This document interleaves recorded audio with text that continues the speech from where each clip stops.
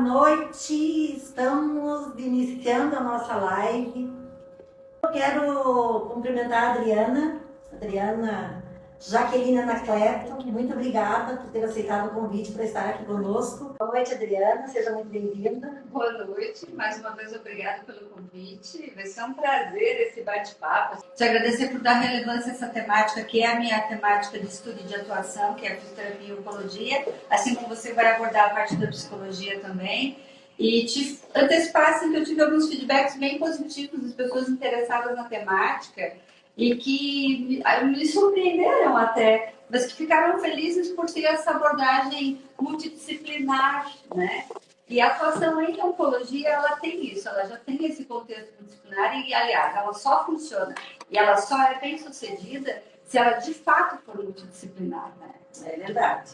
E é isso que é importante, né? Que é um trabalho que a gente faz com vários profissionais da saúde. Então, desde o início, né, do diagnóstico já se trabalha, por exemplo, a parte da psicologia, né? Então, a psico-oncologia já é trabalhada desde, eu diria, Adriana, que até antes do diagnóstico, né? Porque, no meu caso, eu trabalho com palestras e eu abordo muito essa temática pela parte da prevenção. Então, a gente quer falar muito sobre isso hoje, assim, que as pessoas previnam-se. Terapia com a oncologia. Gostaria que você falasse para a gente. Então, a fisioterapia, ela tem modos de atuação, né? Primária, secundária e terciária.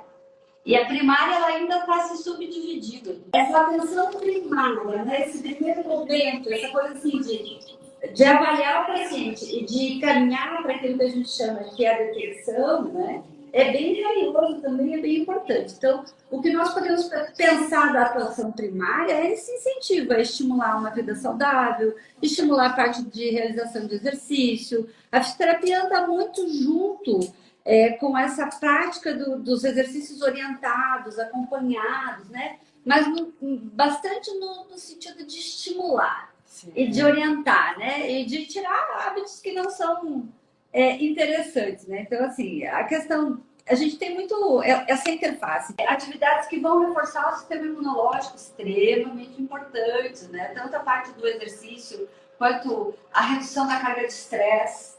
Isso você aborda bem, né? Então, a primária, ela fica mais focada nessa questão de incentivar hábitos saudáveis e incentivar, principalmente, o acompanhamento, né? O acompanhamento clínico, o acompanhamento médico, de fazer os exames, de estar, né? Para as mulheres, uma vez ao ano tem que ir ao ginecologista, não tem como ir. Os homens, principalmente a partir dos 40, têm que ir ao urologista. A gente tem que estar fazendo a detecção da colonoscopia. Tem que estar indo no mastologista, avaliar as mamas. Então,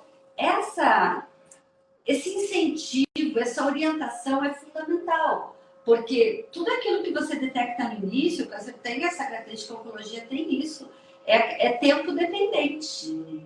É uma coisa que você pode deixar para depois, né? E as pessoas, nesse sentido de tentar fugir de um possível diagnóstico, eu acho que é essa a ideia, às vezes escapam durante muito tempo e quando vão se dar conta, tem situações mais avançadas, né? Então, na primária seria isso. Na secundária, na detecção, é mais orientar e incentivar a realização dos procedimentos. Na terciária é onde a gente entra propriamente dito com a fase de reabilitação.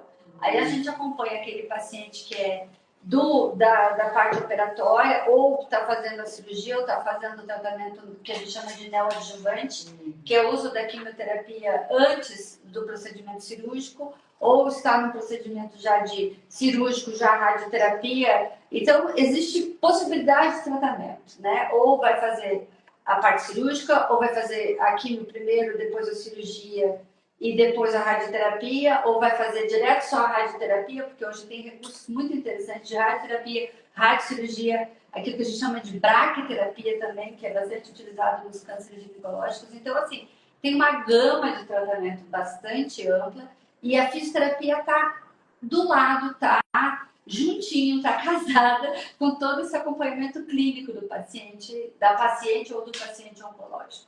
Então, quase que todos os casos, a fisioterapia entraria para auxiliar nessa reabilitação. Exatamente. Assim, nós temos muito consolidado, eu acredito que essa é a palavra, o conhecimento de qualquer cirurgia ortopédica hoje.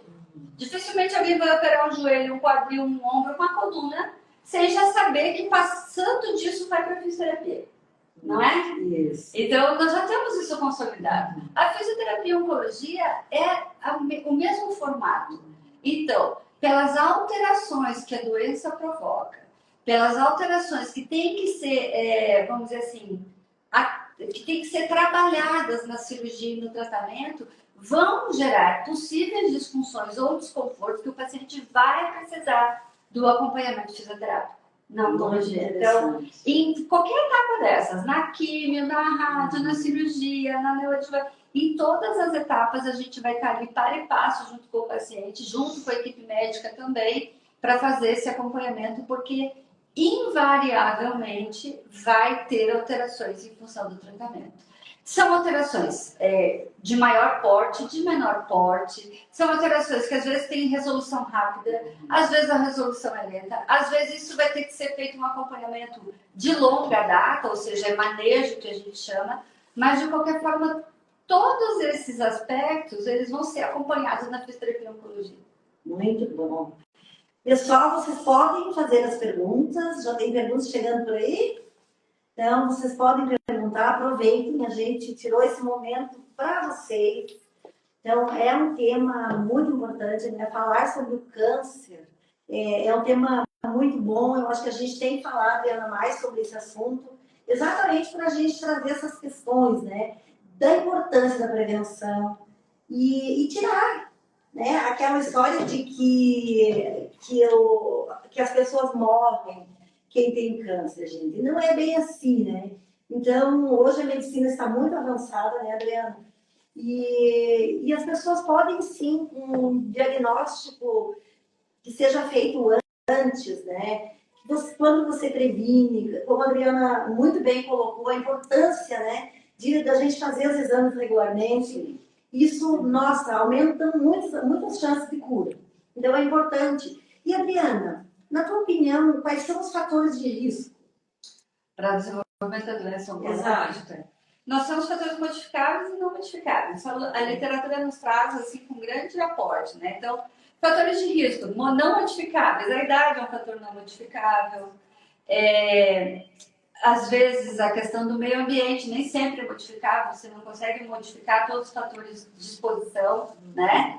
E fatores que são modificados aí vem alimentação, atividade física, consumo de álcool, consumo de tabaco, né, o cigarro, principalmente a questão também de algumas vacinas, tem algumas coisas que têm relação viral, o HPV, por exemplo, os cânceres, né, de boca ou de ginecológico, então aí vem a questão da vacinação como prevenção. Então, esses fatores a gente pode dizer que são fatores que são modificáveis, né? Então, tem algumas coisas que talvez a gente deixe escapar, ou que então diz assim, não, mas isso não é tão importante. Não, isso é extremamente importante. Quando você vê os dados de câncer, de colo de útero, enfim, os cânceres que estão relacionados ao HPV, a gente tem que saber que é prevenível. Exato. E que a vacina vai dar conta de nos ajudar nisso, né? Então, hoje já tem essa conscientização a nível nacional, já tem para a idade ali, já do final da adolescência, encaminhar já as coisas como um fator de proteção. Então, isso é uma proteção, né? Tem outros vírus também, né? A hepatite, tem outras coisas que podem gerar também disfunções que podem ir para a parte oncológica. E é basicamente isso. Então, nós temos fatores que são modificáveis e fatores não modificáveis. Que são muitos modificáveis, né? A parte não modificável também está relacionada a uma pequena parte da hereditariedade, está relacionada à parte da idade, né? Então, isso a gente não consegue modificar. Por que está relacionado à idade? A gente sabe que a doença oncológica ela pode se desenvolver a partir dessa multiplicação celular. Quanto mais tempo a gente tem, mais multiplicação celular a gente teve. E a chance de uma multiplicação dessa dar errada, o corpo não detectar, é maior. Então, por isso que é relacionado ao fator idade.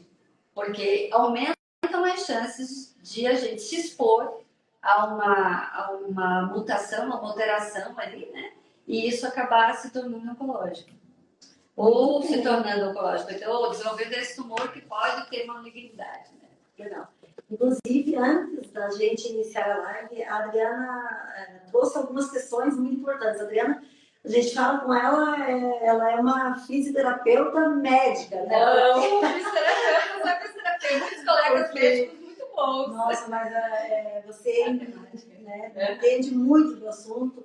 Eu gostaria que você falasse um pouquinho aquilo que você falou para mim sobre essa questão das células, né? Que o câncer já existe há milhões de anos, enfim. Sim. Eu gostaria que você trouxesse um pouquinho dessa temática, enfim, para que as pessoas entendam um pouquinho melhor essa parte de como acontece. De como acontece. É um pouquinho delicado, porque assim, é um estudo muito amplo, né? Mas assim, a gente chama isso de carcinogênese ou oncogênese, né? Que é a origem dessa célula tumoral, né? Então, essa célula tumoral, primeiro assim, saber que nós temos vários dispositivos de proteção. E esses dispositivos de proteção, eles são os nossos salvaguarda, porque se a gente não tivesse esses mecanismos, teria muito mais casos, né? Então, assim, o que acontece? O nosso corpo tem a habilidade de detectar se uma célula está irregular. Quando essa célula está irregular, ele vai lá e ataca e defende. E impede a multiplicação dessa célula irregular. Mas a célula oncológica, a cancerígena, ela é muito esperta. Ela é muito esperta, então ela barra esses mecanismos de detecção, ela bloqueia e ela continua se replicando. Então ela se replica de uma forma mais rápida até que as outras células e ela burla esse sistema de defesa, que a gente chama disso, né? Então ela consegue se desenvolver.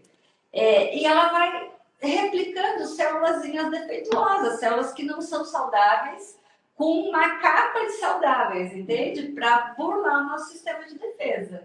Porque senão a nossa célula de defesa iria lá e já ia atacar isso. Então, essa é basicamente a origem, né? A carcinogênese e a oncogênese da doença oncológica. Então, assim, consegue detectar bem no início quando tem a primeira transformação? Não consegue.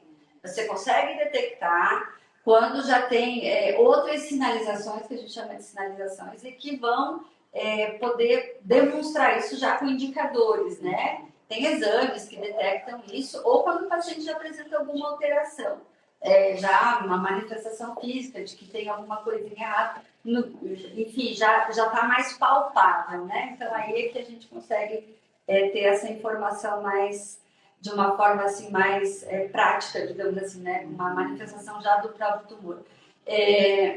E vamos dizer assim, é importante que a gente saiba que a gente não tem que se apavorar, a gente não tem que se assustar.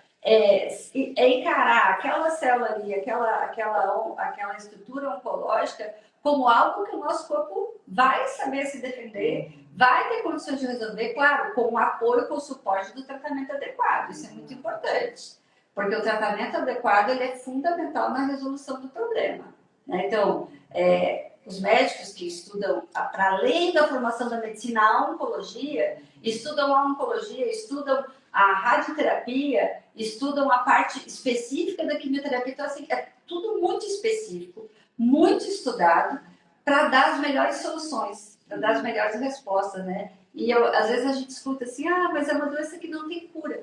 Alguns não têm cura, alguns não são curáveis, mas eles são basicamente trabalhados como doença crônica, que você vai fazendo o acompanhamento, vai tratando, e isso vai aumentando a longevidade, a sobrevida e a qualidade de vida do paciente. Então, a fisioterapia ela entra muito nessa abordagem. Ok, tem a resolução do câncer, fez a cirurgia, não existe mais, a quimioterapia resolveu, a radioterapia resolveu também, e a qualidade de vida.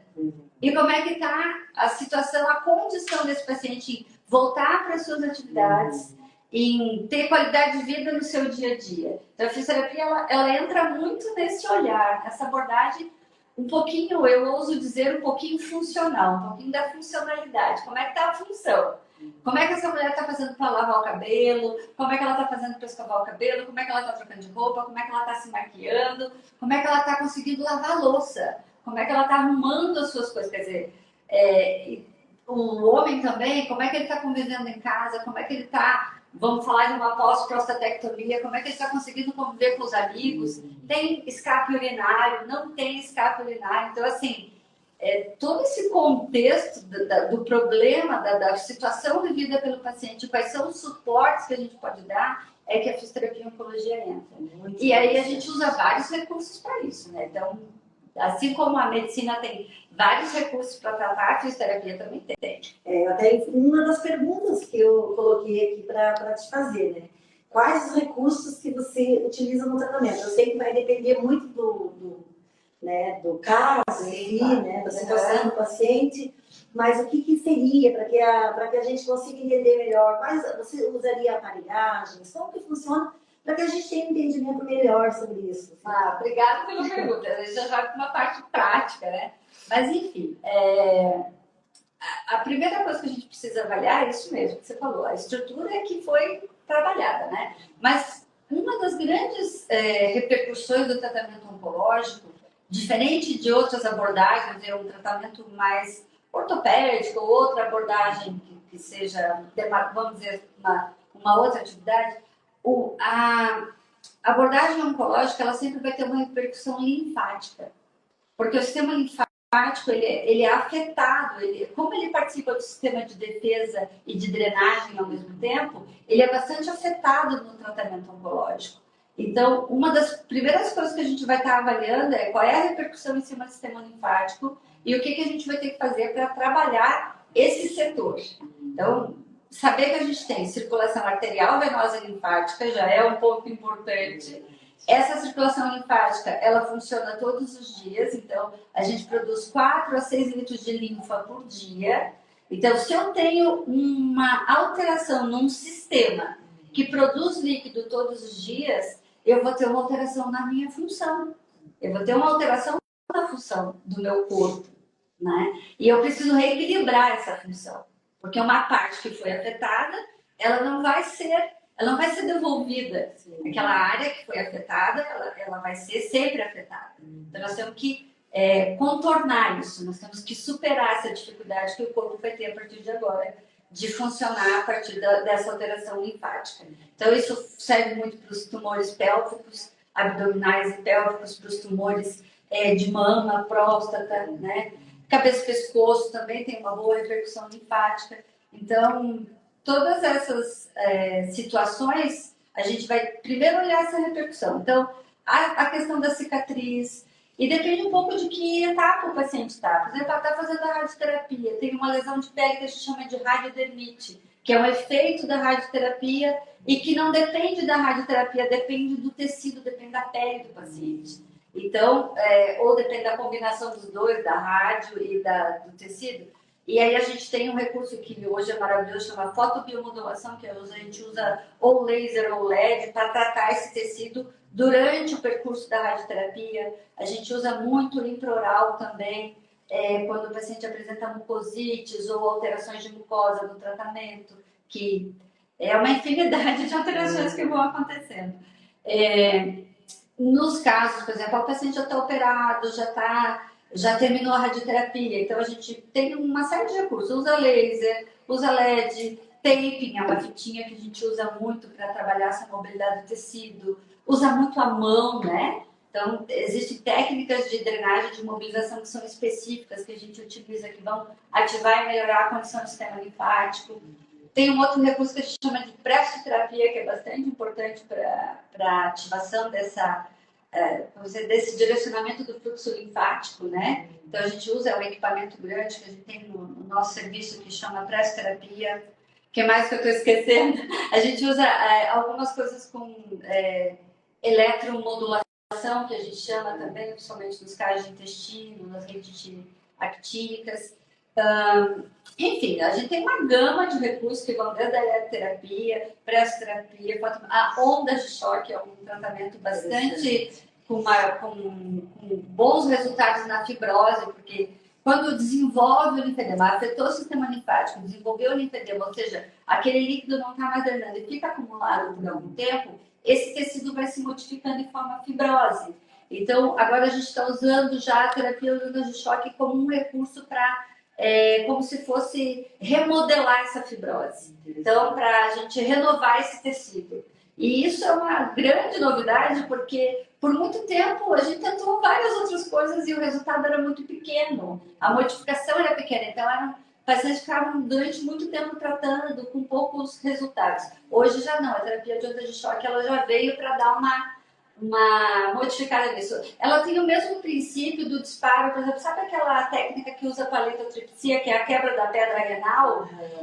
A onda sônica, ela tem essa mesma propriedade. Então, ela vai lá, faz um disparo na fibra e remodela essa fibra, o corpo responde produzindo um tecido saudável, né? Assim como a ativação da fotobiomodulação, que também tem essa mesma lógica, responder regenerando o tecido, a terapia de choque entra aí também. E Adriana, os médicos, eles recomendam para fazer fisioterapia? Como que funciona? Os pacientes eles têm aderido bastante a essa ideia? É algo assim que eles fazem? Como que você percebe isso? Ou eles têm essa dificuldade de fazer, de participar? Enfim, como que funciona essa questão? Olha, tem um pouco de cada coisa. Tem a equipe médica, tem equipes médicas extremamente especializadas, atenciosas, nós temos ótimos serviços em Lages. Então, isso é importante dizer, tanto que a gente atende vários pacientes de outras regiões. Eu atendo aqui, eu recebo paciente de Rio do Sul, eu recebo paciente de Urubici, recebo paciente de Santa Cecília. Quer dizer, são casos e casos que a gente atende toda uma região que eles não têm noção que as pessoas veem, porque Lages hoje é um centro especializado no tratamento oncológico. Então, nós temos excelentes equipes médicas. Então, quando está dentro desse contexto dessas equipes, sim, eles encaminham, os pacientes são acompanhados, né? O que acontece, às vezes, é aqueles pacientes que escaparam um pouco dessas equipes, que não estão, vamos dizer, tratando agora, e que já têm problemas que são crônicos, que são de longa... A gente chama de efeito tardio, né? Então, quando tem esse efeito tardio, a gente pega fora desse contexto de estar sendo encaminhado, acompanhado pelo médico. Os que estão, vamos dizer assim, na atualidade, no momento, passando pelo tratamento, sim, eles têm esse acompanhamento. Eu te pergunto, porque você falando, eu vejo assim, a importância da fisioterapia, né? Como ela ajuda. Então, olha, pessoal, se você, de repente, vai passando por isso, ou tem alguém da tua família, ou um amigo, alguém que você conheça, fale sobre isso. Porque, com certeza, vai ajudar muito na reabilitação, né? Impacta, né? Imagina. O tratamento impacta na vida, né? Impacta primeiro porque é um problema, é uma condição que precisa resolver, mas ela afeta a saúde como um todo, né? Ela tem um impacto grande. Então, tem até um estudo que aponta que foi feita uma pesquisa com 650 mulheres em tratamento e elas apontaram quais foram os principais efeitos, ficou em torno de 15, né? E desses efeitos que elas sentiram no tratamento, dessa resolução, quais foram as necessidades de tratamento que foram atendidas ou não. Então, esse estudo ele apontou justamente isso, assim, tem uma porcentagem, quer dizer, muitas vezes as pessoas têm muitos efeitos, tem lá 7, 8 efeitos, como dor, fibrose, neuropatia periférica, alteração do paladar, insônia, aumento de peso, enfim, tem várias alterações, mas 2 ou 3 dessas alterações elas consideram que ficaram sem assistência. E o número que considera isso é um número bastante alto, é em torno de 63% desse número de pessoas. Mas não é que não foram atendidas todas as necessidades, uma ou outra necessidade que escapou, ficou, né? Então, às vezes, está atento mesmo. Olha, eu tenho dificuldade de movimento, isso pode ser melhorado. Eu tenho dor para pôr o pé no chão, formigamento ou dor nas mãos, que aí vem a neuropatia periférica, né? Que é um efeito do tratamento. Isso pode ser tratado, isso pode ser acompanhado. Eu tenho ó constipação ou a dificuldade de controlar a parte urinária, isso pode ser tratado. Então, assim, tudo aquilo que aparece de disfunção pode ser acompanhado. Eu até coloquei aqui para te perguntar sobre a fisioterapia pélvica. Ah, sim. Bem relacionada à parte oncológica, tanto que o meu histórico de entrar na fisiologia, ele veio da pélvica, né? Que através da pélvica eu comecei a receber casos de tratamentos pós-cirúrgicos, né? De retirada de tumores, e retirada de esterectomia com tumor, e a própria prostatectomia, no caso dos homens no câncer de próstata, e isso me levou a estudar. Mas eu não posso ter o conhecimento só da pélvica, eu preciso do conhecimento da oncologia também para estar fazendo um tratamento mais adequado. E foi isso que aconteceu. Então, a parte pélvica, ela tem grandes repercussões. Se a gente for olhar nos principais tipos de câncer, né? Então, a gente vai ter para o homem a próstata, né? Que é a incidência mais alta, para a mulher a mama, mas seguido da mama ali vem já colo de útero para a mulher, depois vem já câncer de colo e reto para homem, né? Então, são cânceres que estão bem relacionados à parte pélvica e que vão estar bem presentes, com alta incidência, né? E o que acontece é que aí a abordagem da fisioterapia pélvica voltada à oncologia também, né? Para reabilitar, porque às vezes o próprio efeito da medicação ou a redução cirúrgica, a correção cirúrgica, que, por exemplo, os cânceres ginecológicos, as cirurgias, elas são um pouco mais agressivas, vamos dizer assim, elas têm que ser um pouco maiores para garantir a sobrevida do paciente, né? E são feitas reconstruções e tal, isso muda um pouco a função. Então, e mesmo que não tenha tudo isso, o efeito da radioterapia no canal vaginal, ele pode provocar a estenose do canal, que é o estreitamento do canal, por efeito da rádio, dá um efeito que a gente chama de fibrose nessa região, e isso estreita o canal. Então, essa mulher, principalmente se ela tiver parceiro, tiver em atividade, ou para o próprio exame ginecológico que ela precisa fazer anualmente. Então, para tudo isso, a gente precisa estar garantindo que ela possa realizar essas atividades e que não tenha comprometimento em relação ao diâmetro do canal ou ao comprimento desse canal. Então, hoje, principalmente o pessoal da radioterapia, eles sempre encaminham já, quando percebe alguma alteração, vamos fazer fisioterapia, vamos trabalhar isso, porque a gente tem estudos mostrando que a intervenção da fisio em até um ano pós-tratamento tem um efeito bastante positivo na recuperação dessa estrutura.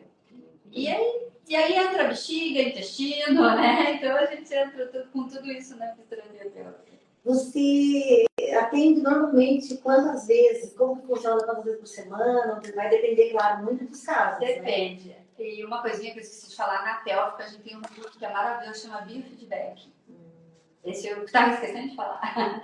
Então, o biofeedback ele é um recurso muito interessante porque ele permite ao paciente a visualização do trabalho muscular da área do períneo, né? E é muito interessante que eu recebo muitos pacientes assim, mas eu nem sabia que eu tinha esse negócio chamado períneo, eu nem sabia como funcionava o períneo. Então, não é muito da nossa cultura estar abordando isso, né? Mas é bem importante que a gente saiba que esses recursos existem, né? Então, só para não perder o assunto, na fisioterapia pélvica a gente faz muito uso desse recurso que é o biofeedback, que nos ajuda muito e o paciente também mais agradável fazer. Como que funciona, para que o pessoal entenda melhor, como funciona esse biofeedback?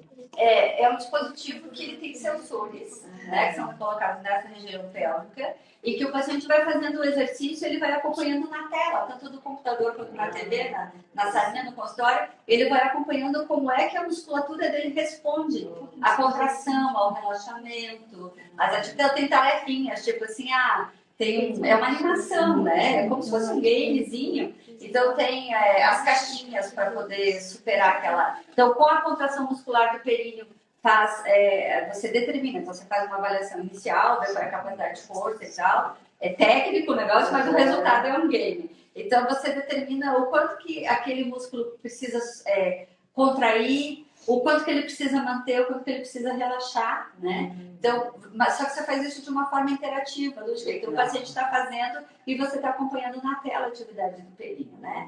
É bem interessante. Em relação à frequência que você perguntou, né? Normalmente 2 a 3 vezes por semana, menos do que isso é muito difícil, né?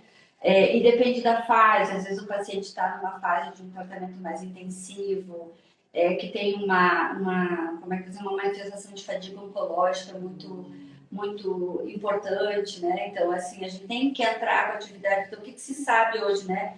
Exercício físico é fundamental para a recuperação. Exercício físico é fundamental para potencializar o efeito benéfico do tratamento. Então, assim, vai ter redução da atividade física? Vai impactar no desempenho físico? Vai. Mas o que a gente procura fazer? Melhorar essa baseline, melhorar essa base do paciente o máximo que a gente possa para quando ele chegar na fase do tratamento onde ele decai, ele consiga recuperar mais rápido, ele consiga ter um suporte melhor. Então, o mínimo que a gente recomenda é entre 2 a 3 vezes por semana. E aí, Adriana, entra também muito o comprometimento do paciente, né? Ele estar comprometido com o tratamento. É fundamental, porque como eu vou colocar isso sem, vamos dizer assim, sem ser tão, mas assim, tão fora do contexto, né? Porque a gente participa desse processo junto. É o cuidado, é se permitir esse cuidado, é entender que a partir desse momento onde aparece uma disfunção, a única solução é cuidar de si mesmo. Exato. A única solução é dar a chance a quem quer cuidar de você poder cuidar também, porque às vezes a família fica, vamos dizer assim, muito solidária, muito sensível também, porque todo o contexto oncológico tem um envolvimento familiar muito grande também. E às vezes as pessoas não dão essa abertura, e eu já tive casos de pacientes, eu me arrependo tanto de não ter falado, de não ter contado, de ter passado por tudo isso sozinha. E num outro momento ela entendeu que ela podia fazer isso, porque ela viu outras mulheres fazendo, o quanto isso ajudou, né? Então, essa troca de experiência. Mas um cuidado que eu acho que todo mundo tem que ter, às vezes a pessoa quer trocar experiência, mas acaba falando de coisas que não são especificamente para aquele caso, às vezes atrapalha um pouquinho, e você tem que cuidar, né? Você, comigo, o paciente tal, faz o tratamento e está bem, né? Então, se for para dizer que está bem, diga, mas se for para dizer que está mal, por favor, não diga, porque o que acontece é que as pessoas acabam projetando, né? Levando essa projeção de que, então talvez o meu também não dê certo, ou isso né? Enfim, levando para esse contexto, mas quando é no sentido de incentivar, incentive. Porque é muito importante esse apoio, esse suporte, esse incentivo de saber que isso é uma etapa que vai passar. E que passa, e que a pessoa sai, às vezes sai modificada. Eu já vi relatos de pacientes que saíram um pouco melhor, que pararam um pouco de pensar tanto em outras coisas, em problemas que às vezes não tinha tanta relevância assim, mas que parecia que tinha, né? Então, não é que é maravilhoso ter câncer, não é isso, é extremamente difícil, complexo, delicado, mas é uma coisa que vai passar. Hoje, Adriana, eu estava conversando com uma pessoa e ela teve câncer há 5 anos atrás, pessoal. Há 5 anos atrás. Inclusive, eu a convidei para a gente falar sobre esse assunto, né, de trazê-la aqui no Instituto Seduz a Vida para que ela fale sobre isso. Porque às vezes a pessoa ela acha assim que câncer é sinônimo de morte, né? E não é bem assim. E aí ela trouxe esse relato, né? De que ela passou por uma barreira de terror mesmo. Assim. Ela disse que ela mesma não acredita assim, que ela está viva, por tudo que ela passou. E ela está bem hoje, trabalhando, né? Então, ela disse que falta apenas mais uma consulta para ela ser liberada. Tem uma história de 5 anos. Acompanhamento, né? Então, é muito importante o que você falou. Até, inclusive, entra aqui na fala da Maria Andrade. Olha só o que ela disse para a gente aqui, Adriana. Tenho medo de saber. Maria, por favor, não tenha medo. Porque, como a gente está falando, né? Se a gente tiver alguma coisa que a gente descubra o quanto antes, que aí tem uma chance muito maior de tratamento. Então, não tenha esse medo, vai fazer seus exames, né? A saúde está aí para te ajudar, né? Esse trabalho que a gente fala, multidisciplinar, com vários profissionais estão aí para te ajudar. Então, a psicologia está aí para te dar suporte. E você não vai ter nada, mas se tiver, né, é importante que as pessoas não se desesperem, né? Que tenham essa consciência de que a medicina está muito avançada hoje e que as chances são muito grandes, né? Tem muitos tratamentos. Então, o que você teria para dizer para a Maria? Olha, é mais ou menos assim, se ficar o bicho pega, se comer o bicho come. Acho que a gente, no contexto da vida, a gente tem medo de muitas coisas. Acho que a gente tem medo de envelhecer e também de envelhecer mal. E a gente, qual é a outra opção a não ser envelhecer? É morrer cedo, a gente também tem medo disso. Então, eu não vejo que a gente tem muitas possibilidades a não ser enfrentar os nossos medos, né? E eu acho que a única solução é essa, é saber que você tem suporte para enfrentar esses medos, que você tem condições de técnicas, né? Saber que, graças a Deus, nós estamos numa região que tem um bom suporte técnico, que tem equipes maravilhosas, que tem excelentes profissionais, né? Em todas as áreas, inclusive na fisiologia. Eu não sou a única fisioterapeuta em Lages que trabalha com isso. A minha equipe da clínica também está fazendo a formação da fisioterapia e oncologia, quer dizer, nós estamos num grupo para formar, habilitar pessoas que possam dar esse suporte. Mas eu vejo que é mais ou menos isso, se ficar o bicho pega, se ficar o bicho come, e o negócio é enfrentar os medos e encarar o que tem que encarar, porque nada fica mais fácil se a gente adia, né? O resumo é mais ou menos isso. E nós temos médicos maravilhosos lá, né? Então, a gente tem profissionais aí excelentes, né? Então, são muitos casos de pessoas que passaram por isso, né? Que atravessaram esse terror aí, que talvez o que a pessoa ser diagnosticado, né? Enfim. Talvez o que a pessoa tenha mais medo é de não controlar, né? De não ter o controle. A gente absolutamente não tem. A vida é essa impermanência. Exato. A vida é essa questão que a gente consegue fazer o possível para estar bem, mas ela é impermanente. O desafio é esse, é como é que eu lido com essa impermanência. E isso eu tenho, porque eu convivo com muitos casos, eu acompanho muitos casos e nada te garante, né? Nós não temos nenhum certificado, nada dizendo que, olha, estamos isentos. A questão é como é que eu vou lidar se isso chegar até mim. Se isso chegar na minha família, como que eu vou lidar? Qual é a minha resposta? Faz toda a diferença. A resposta do paciente, isso eu posso te garantir. A resposta do paciente em relação ao enfrentamento e aquilo que os médicos dizem e orientam é muito importante. Acolher a orientação médica, acolher esse cuidado, né, essa possibilidade de deixar de ser cuidado, é muito importante. Isso é a única coisa que eu consigo garantir, né? Que realmente melhora a condição, né? Muito bem. Então, pessoal, estão perguntando aí, né, sobre a psico-oncologia. A psico-oncologia é a interface, né, da psicologia com a oncologia. Então, nós trabalhamos, como eu falei anteriormente, desde o momento que a gente fala sobre a prevenção, enfim, né? Depois, na hora do diagnóstico, é muito importante que tenha um profissional da psicologia na hora do diagnóstico médico, né? Para estar junto, né? Que a nossa parte é o apoio, né? Esse acolhimento. Então, a gente estuda aí, a psicologia estuda os aspectos psicossociais, né? E essa parte também do impacto, né? Que tem que a oncologia traz aí, né? Que o câncer traz tanto para o paciente como para familiares, né? Então, a psicologia ela também dá esse suporte, né? Para o paciente, os familiares, para os cuidadores, para os profissionais da saúde, que muitas vezes precisam muito também desse suporte. E a gente está aí, né? Essa equipe toda aí para auxiliar, né? Eu sempre falo assim, que tudo que a gente faz não é para a gente, é pelo outro, né? Sim. Então, nós estamos aí para auxiliar nesse processo e a gente pede, né, Adriana, que as pessoas cuidem dos fatores de risco, né? Sim. Então, vamos cuidar, é muito importante que a gente se priorize. Sim. Que a gente priorize a nossa vida, a nossa saúde. É muito, muito triste quando a gente vê assim, pessoas que estão adoecendo, que estão morrendo, porque elas não estão se priorizando. Então, hoje a gente sabe que a obesidade é um problema sério, né? O tabagismo, o alcoolismo, como você bem falou. Então, são muitos os fatores de risco que poderiam ser evitados. Então, o que a gente preconiza, o que a gente pede para vocês, é que vocês se priorizem, né?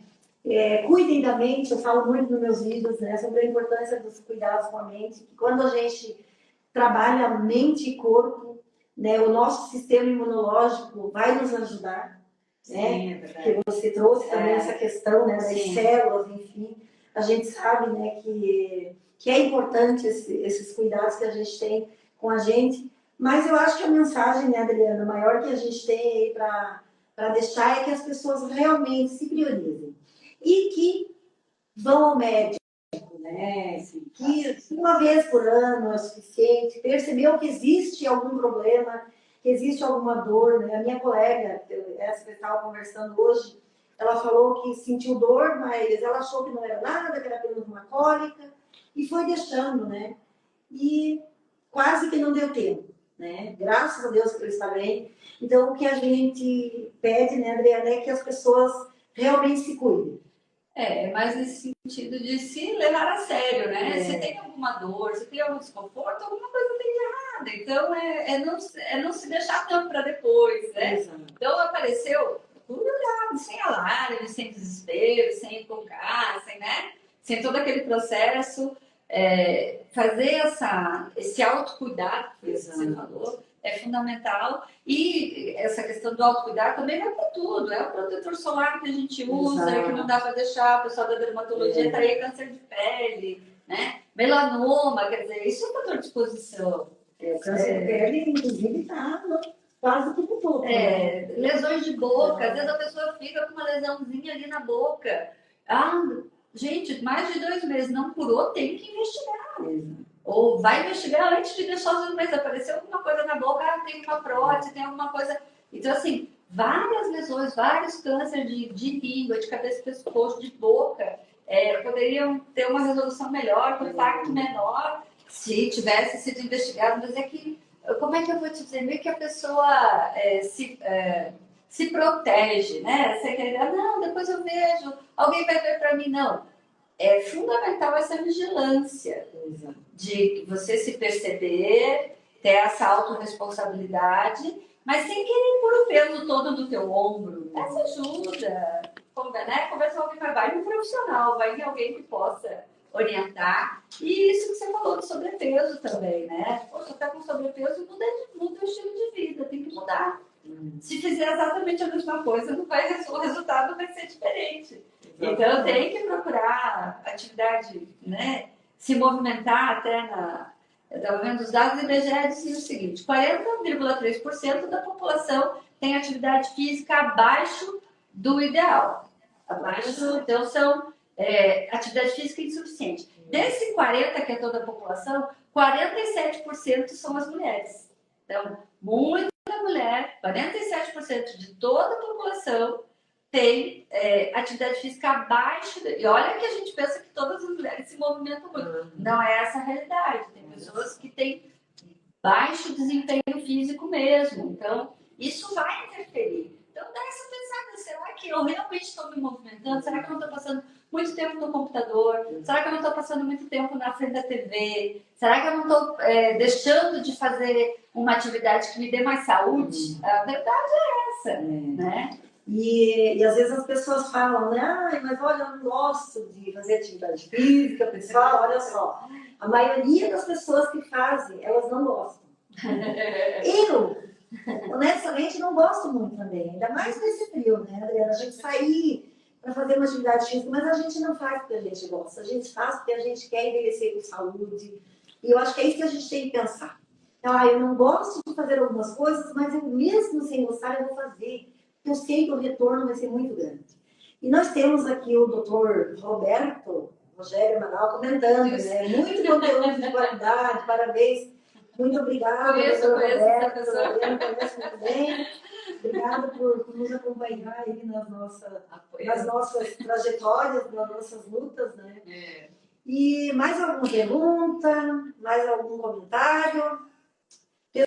Pessoal, então nós estamos aí chegando ao final, né, da nossa live. Adriana, você gostaria de fazer mais algum comentário? Eu gostaria de agradecer novamente, né, a tua disponibilidade, abrir esse espaço, gerar essa oportunidade e que isso seja assim um princípio, né, de alguns trabalhos e me colocar à disposição no sentido de que o que a gente puder orientar, ajudar, responder, me manda mensagem, manda ali no Insta mesmo. Eu gostaria que você deixasse o seu endereço aí. O Insta é @Adriana Jaqueline Anacleto, né? E a minha clínica e o serviço é Evolui Centro de Terapia, que fica ali na Coronel Córdoba, bem em frente ao estacionamento do Colégio Bom Jesus, isso, né? A nossa meta é o Oncoservice, né? É que a gente seja um Oncoservice que tenha essa excelência na oncologia, essa é a meta.